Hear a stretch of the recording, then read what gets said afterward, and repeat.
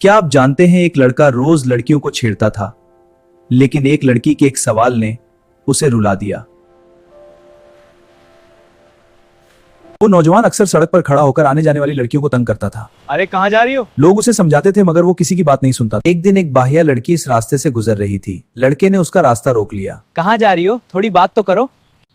मैं तुमसे एक सवाल पूछ सकती हूँ? पूछो।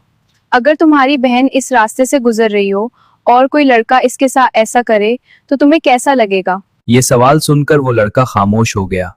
उसे अपनी गलती का एहसास होने लगा। मुझे माफ कर दो कि मैंने कभी इस तरह सोचा ही नहीं था। अल्लाह से तौबा करो और आइंदा किसी लड़की को तकलीफ ना देना। उस दिन के बाद इस लड़के की जिंदगी बदल गई।